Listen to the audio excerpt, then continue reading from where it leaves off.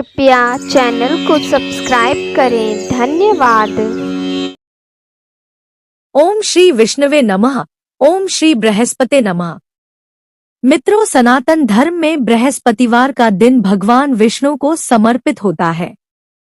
कहते हैं कि जो भी व्यक्ति हर बृहस्पतिवार को भगवान विष्णु की पूजा करता है और बृहस्पति देव की कथा सुनता है, बृहस्पति देव और भगवान विष्णु जी की कृपा से उनकी सभी परेशानियां दूर हो जाती हैं। गुरुवार को बृहस्पति देव की पूजा करने और कथा का श्रवण करने से धन, विद्या, मान सम्मान, प्रतिष्ठा और कई अन्य मनोवांछित फलों की प्राप्ति होती है। तो चलिए मित्रों, प्रभु श्री लक्ष्मी नारायण जी के चरण कमलों का ध्यान करते हुए सुनते हैं अथ श्री बृहस्पति देव की व्रत कथा। मित्रों, प्राचीन समय की बात है। एक नगर में प्रतापी और दानी राजा रहा करता था। वह सदा ही गरीबों, ब्राह्मणों, दीन दुखियों की सहायता करता था। पर राजा की यह बात उसकी रानी को अच्छी नहीं लगती थी। वह न तो गरीबों को दान देती, न ही भगवान का पूजन करती थी और राजा को भी दान देने से मना किया करती थी। एक दिन राजा शिकार खेलने वन को गए हुए थे तो रानी महल में अकेली रह गई।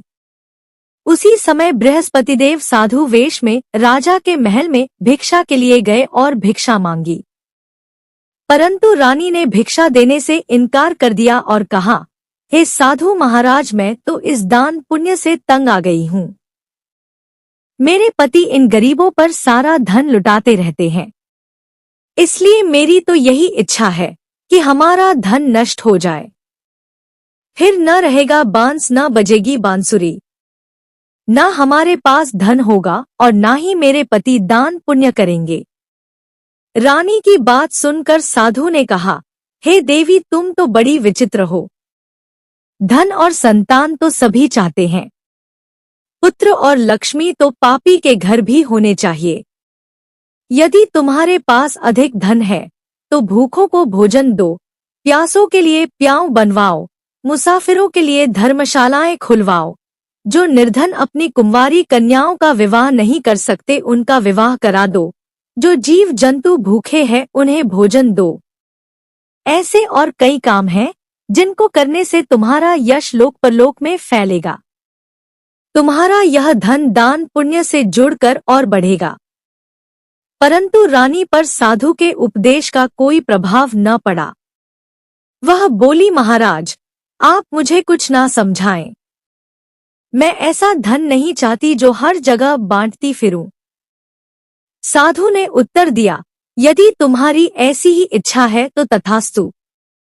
तुम ऐसा करना कि बृहस्पतिवार को घर लीपना, इसके बाद पीली मिट्टी से अपना सिर धोकर स्नान करना, भट्टी चढ़ाकर कपड़े धोना। ऐसा करने से आपका सारा धन नष्ट हो जाएगा। इतना कहकर वह साधु महाराज वहां से अंतर्ध्यान हो गए। साधु के अनुसार कई बातों को पूरा करते हुए रानी को केवल 3 बृहस्पतिवार ही बीते थे कि उसकी समस्त धन संपत्ति नष्ट हो गई। भोजन के लिए राजा का परिवार तरसने लगा।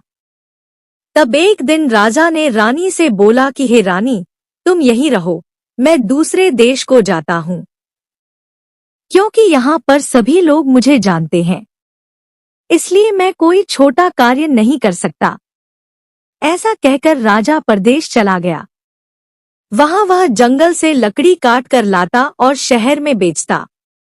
इस तरह वह अपना जीवन व्यतीत करने लगा। इधर राजा के परदेश जाते ही रानी और दासी दुखी रहने लगी। एक बार जब रानी और दासी को 7 दिन तक बिना भोजन के रहना पड़ा तो रानी ने अपनी दासी से कहा, हे दासी, पास ही के नगर में मेरी बहन रहती है। वह बड़ी धनवान है। तू उसके पास जा और कुछ ले आ ताकि थोड़ी बहुत गुजर-बसर हो जाए। दासी रानी की बहन के पास गई। उस दिन गुरुवार था और रानी की बहन उस समय बृहस्पतिवार व्रत की कथा सुन रही थी। दासी ने रानी की बहन को अपनी रानी का संदेश दिया, लेकिन रानी की बड़ी बहन ने कथा और पूजा अधूरी होने के कारण कोई उत्तर नहीं दिया। जब दासी को रानी की बहन से कोई उत्तर नहीं मिला तो वह बहुत दुखी हुई और उसे क्रोध भी आया। दासी ने वापस आकर रानी को सारी बात बता दी। दासी की ये सब बातें सुनकर रानी ने खुद को और अपने भाग्य को कोसना शुरू कर दिया। उधर रानी की बहन ने सोचा कि मेरी बहन की दासी आई थी, परंतु मैं उससे नहीं बोली, इससे वह बहुत दुखी हुई होगी। कथा सुनकर और पूजन समाप्त करके वह अपनी बहन के घर आई और कहने लगी, हे बहन, मैं बृहस्पतिवार का व्रत कर रही थी। तुम्हारी दासी मेरे घर आई थी, परंतु जब तक कथा होती है तब तक न तो उठते हैं और न ही बोलते हैं, इसलिए मैं नहीं बोली। कहो दासी क्यों गई थी? रानी बोली, बहन तुमसे क्या छिपाऊं, हमारे घर में खाने तक को अनाज नहीं है। ऐसा कहते कहते रानी की आंखें भर आई। उसने दासी समेत पिछले 7 दिनों से भूखे रहने तक की बात अपनी बहन को विस्तार पूर्वक सुना दी।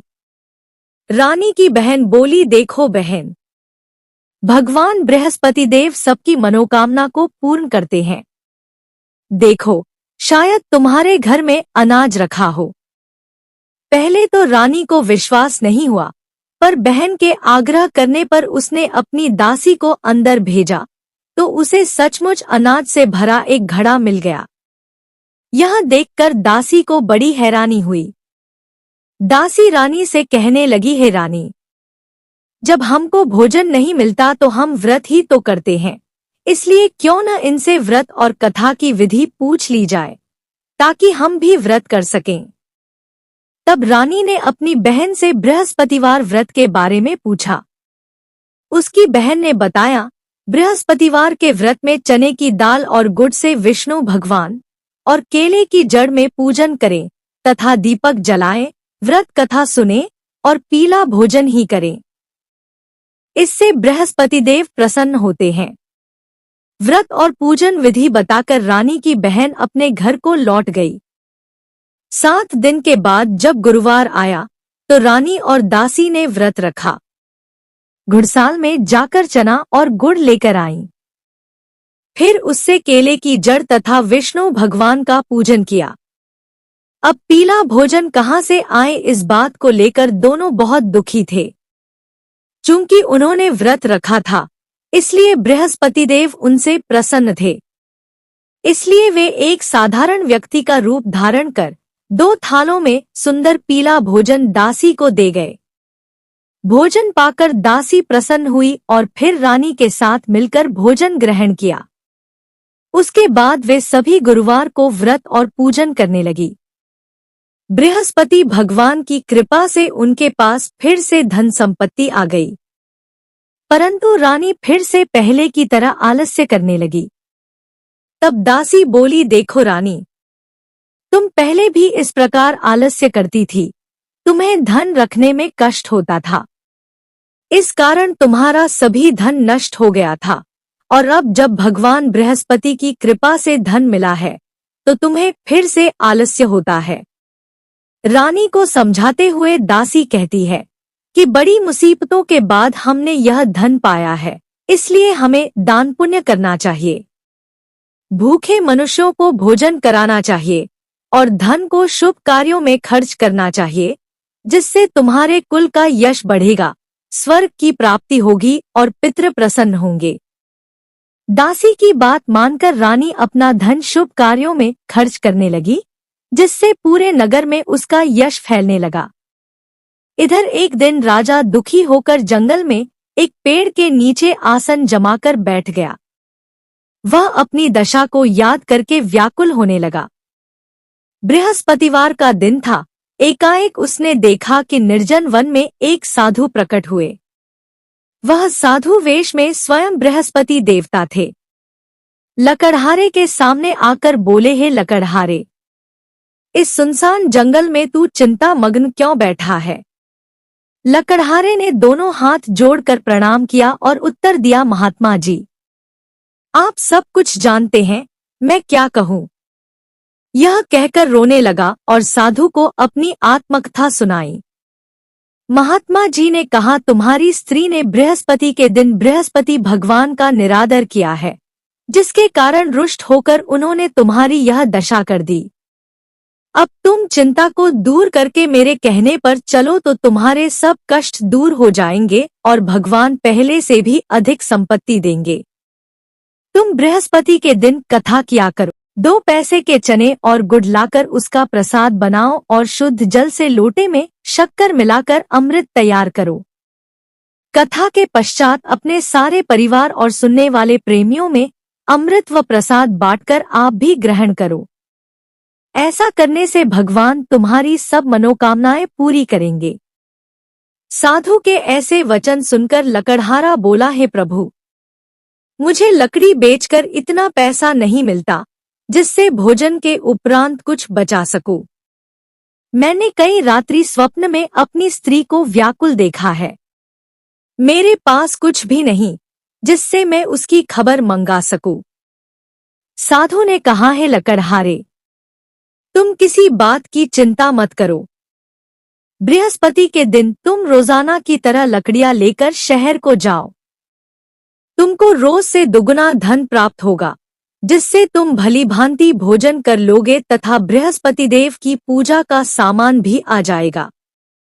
इतना कहकर साधु अंतर्ध्यान हो गए। धीरे धीरे समय व्यतीत होने पर फिर वही बृहस्पतिवार का दिन आया। लकड़हारा जंगल से लकड़ी काटकर किसी शहर में बेचने गया। उसे उस दिन और दिनों से अधिक पैसा मिला। राजा ने चना गुड़ आदि लाकर गुरुवार का व्रत किया।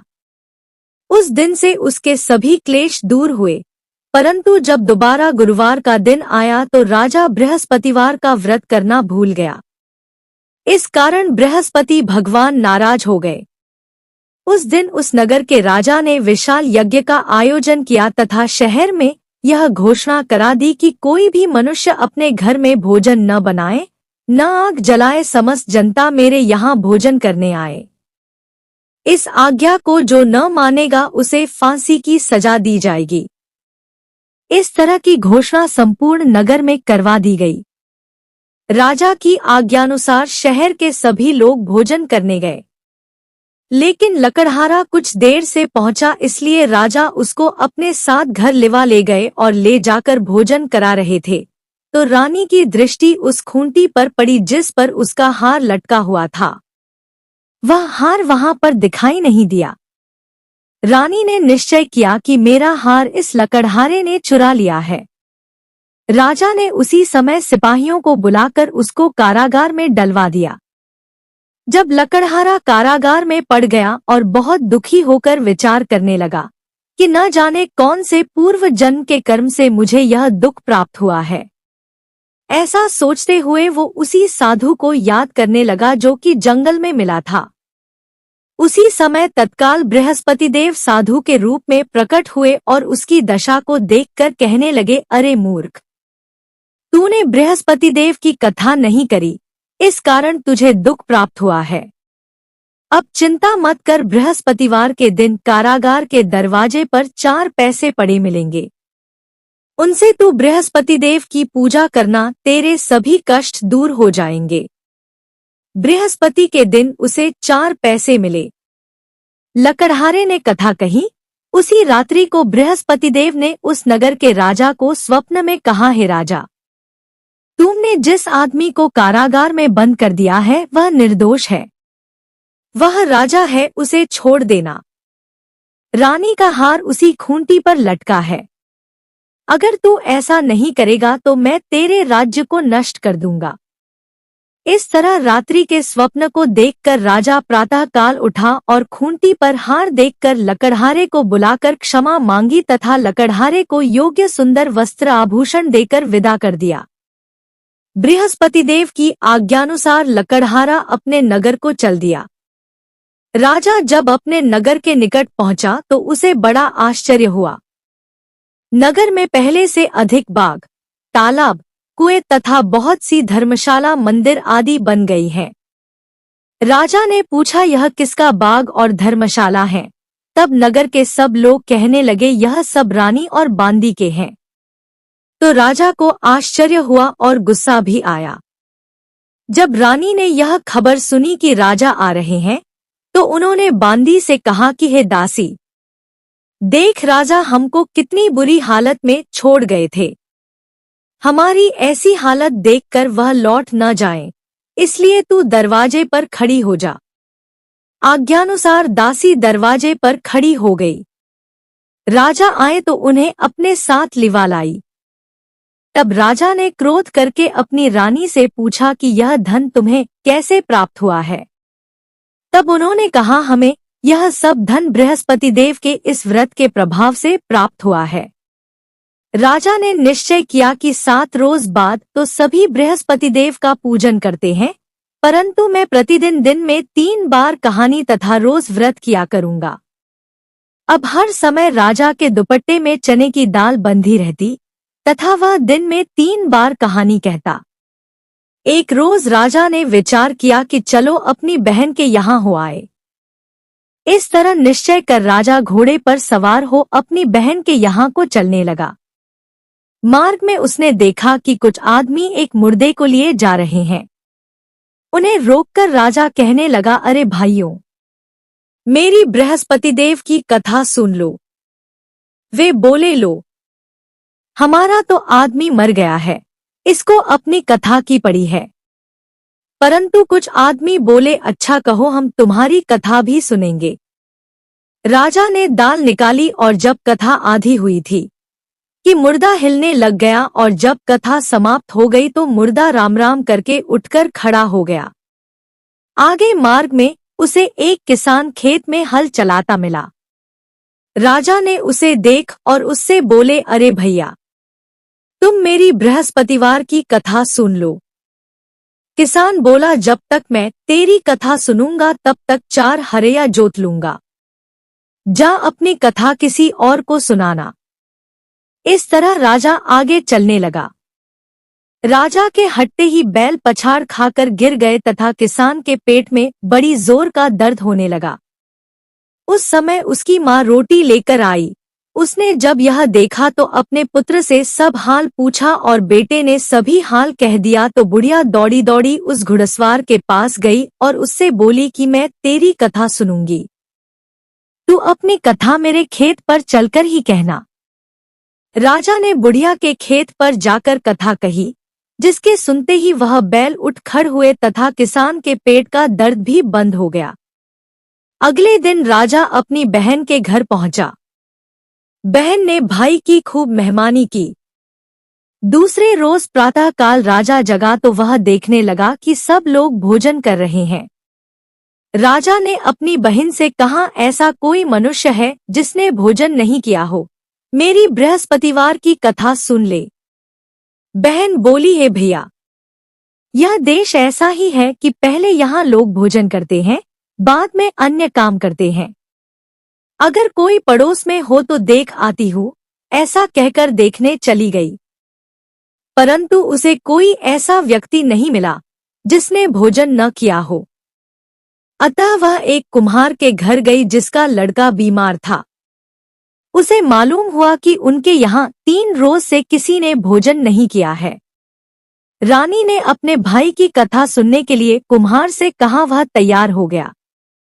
राजा ने जाकर बृहस्पतिवार की कथा कही, जिसको सुनकर उसका लड़का ठीक हो गया। अब तो राजा की प्रशंसा होने लगी। एक रोज राजा ने अपनी बहन से कहा कि हे बहन, हम अपने घर को जाएंगे, तुम भी तैयार हो जाओ। राजा की बहन ने अपनी सास से कहा। सास ने कहा, हाँ चली जा, परंतु अपने लड़कों को मत ले जाना क्योंकि तेरे भाई के कोई औलाद नहीं है। बहन ने अपने भैया से कहा, है भैया, मैं तो चलूंगी पर कोई बालक नहीं जाएगा। राजा बोला, जब कोई बालक नहीं चलेगा तब तुम ही क्या करोगी।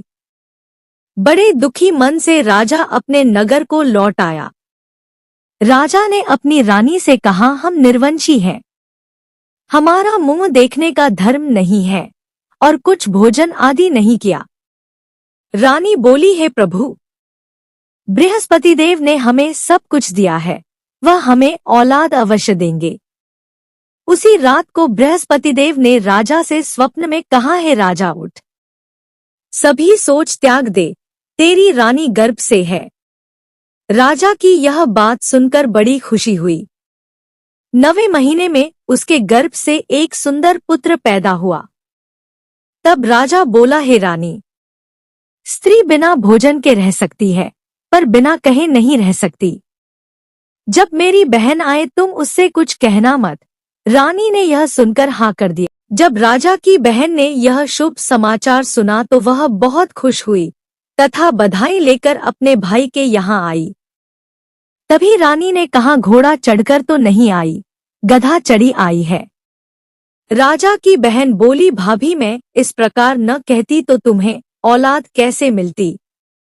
मित्रों, संसार में जो मनुष्य सद्भावना से भगवान जी का पूजन व्रत सच्चे हृदय से करते हैं तो उनकी सभी मनोकामनाएं पूर्ण करते हैं। जैसी सच्ची भावना से रानी और राजा ने उनकी कथा का गुणगान किया तो उनकी सभी इच्छाएं बृहस्पति देव जी ने पूर्ण की थी। इसलिए पूर्ण कथा सुनने के बाद प्रसाद लेकर जाना चाहिए। हृदय से उसका मनन करते हुए जयकारा बोलना चाहिए। बोलो बृहस्पति देव की जय, भगवान विष्णु की जय। अब सुनते हैं दूसरी कथा। प्राचीन काल में एक ब्राह्मण रहता था। वह बहुत निर्धन था। उसके कोई संतान नहीं थी। उसकी स्त्री बहुत मलिनता के साथ रहती थी। वह ना तो स्नान करती और ना ही किसी देवता का पूजन करती। इस सब से ब्राह्मण देवता बड़े दुखी थे। बेचारे बहुत अपनी स्त्री से कुछ कहते थे किंतु उसका कुछ परिणाम न निकला। भगवान की कृपा से ब्राह्मण की स्त्री को कन्या रूपी रत्न पैदा हुआ। कन्या बड़ी होने पर प्रातः स्नान करके विष्णु भगवान का जाप व बृहस्पतिवार का व्रत करने लगी। अपने पूजन पाठ को समाप्त करके विद्यालय जाती तो अपनी मुट्ठी में जौ भर के ले जाती और पाठशाला के मार्ग में डालती जाती। तब ये जौ स्वर्ण के हो जाते तो लौटते समय उनको बीन कर घर ले आती थी। एक दिन वह बालिका सूप में उस सोने के जौ को फटक कर साफ कर रही थी कि उसके पिता ने देख लिया और कहा, हे बेटी, सोने के जौ के लिए सोने का सूप होना चाहिए। दूसरे दिन बृहस्पतिवार था। इस कन्या ने व्रत रखा और बृहस्पति देव से प्रार्थना करके कहा, मैंने आपकी पूजा सच्चे मन से की हो तो मेरे लिए सोने का सूप दे दो। बृहस्पति देव ने उसकी प्रार्थना स्वीकार कर ली। रोजाना की तरह वह कन्या जौ फैलाती हुई जाने लगी। जब लौटकर जौ बीन रही थी तो बृहस्पति देव की कृपा से सोने का सूप मिला। उसे वह घर ले आई और उसमें जौ साफ करने लगी, परंतु उसकी माँ का वही ढंग रहा। एक दिन की बात है कि वह कन्या सोने के सूप में जौ साफ कर रही थी। उस समय उस शहर का राजपुत्र वहां से होकर निकला। इस कन्या के रूप और कार्य को देखकर मोहित हो गया तथा अपने घर आकर भोजन तथा जल त्याग कर उदास होकर लेट गया। राजा को इस बात का पता लगा तो अपने प्रधानमंत्री के साथ उसके पास गए और बोले, हे बेटा, तुम्हें किस बात का कष्ट है? किसी ने अपमान किया है अथवा और कारण हो सो कहो, मैं वही कार्य करूंगा जिससे तुम्हें प्रसन्नता हो। अपने पिता की राजकुमार ने बातें सुनी तो वह बोला, मुझे आपकी कृपा से किसी बात का दुख नहीं है। किसी ने मेरा अपमान नहीं किया है, परंतु मैं उस लड़की से विवाह करना चाहता हूँ जो सोने के सूप में जौ साफ कर रही थी। यह सुनकर राजा आश्चर्य में पड़ गया और बोला, हे बेटा, इस तरह की कन्या का पता तुम ही लगाओ, मैं उसके साथ तेरा विवाह अवश्य ही करवा दूंगा। राजकुमार ने उस लड़की के घर का पता लगाया। तब मंत्री उस लड़की के घर गए और ब्राह्मण देवता को सभी हाल बतलाया। ब्राह्मण देवता राजकुमार के साथ अपनी कन्या का विवाह करने के लिए तैयार हो गए तथा विधि विधान के अनुसार ब्राह्मण की कन्या का विवाह राजकुमार के साथ हो गया। कन्या के घर से जाते ही पहले की भांति उस ब्राह्मण देवता के घर में गरीबी का निवास हो गया। अब भोजन के लिए भी अन्न बड़ी मुश्किल से मिलता था। एक दिन दुखी होकर ब्राह्मण देवता अपनी पुत्री के पास गए। बेटी ने पिता की दुखी अवस्था को देखा और अपनी माँ का हाल पूछा। तब ब्राह्मण ने सभी हाल कहा। कन्या ने बहुत सा धन देकर अपने पिता को विदा कर दिया। इस तरह ब्राह्मण का कुछ समय सुखपूर्वक व्यतीत हुआ। कुछ दिन बाद फिर वही हाल हो गया। ब्राह्मण फिर अपनी कन्या के यहाँ गया और सारा हाल कहा तो उसकी लड़की बोली, हे पिताजी, आप माताजी को यहाँ पर लेकर आओ। मैं उसे विधि बता दूंगी जिससे आपकी गरीबी दूर हो जाएगी। वह ब्राह्मण देवता अपनी स्त्री को साथ लेकर बेटी के घर पहुंचे तो बेटी अपनी माँ को समझाने लगी, हे माँ, तुम प्रातः काल प्रथम स्नानादि करके विष्णु भगवान का पूजन करो और दिन में बृहस्पति देव का व्रत रखो। ऐसा करोगी तो तुम्हारी सब दरिद्रता दूर हो जाएगी। परंतु उसकी माँ ने एक भी बात नहीं मानी और प्रातः काल उठकर अपनी पुत्री के बच्चों की जूठन को खा लिया। इससे उसकी पुत्री को भी बहुत गुस्सा आया और रात को कोठरी से सारा सामान निकालकर अपनी माँ को उसमें बंद कर दिया। प्रातः काल उसे कोठरी से निकाला तथा स्नानादि करा के पाठ करवाया तो उसकी माँ की बुद्धि ठीक हो गई और फिर उसकी माँ प्रत्येक बृहस्पतिवार को व्रत रखने लगी। इस व्रत के प्रभाव से उसके माँ बाप बहुत ही धनवान और पुत्रवान हो गए और बृहस्पति जी के प्रभाव से इस लोक के सुख भोग कर स्वर्ग को प्राप्त हुए। तो बोलो विष्णु भगवान की जय, बृहस्पति देव की जय।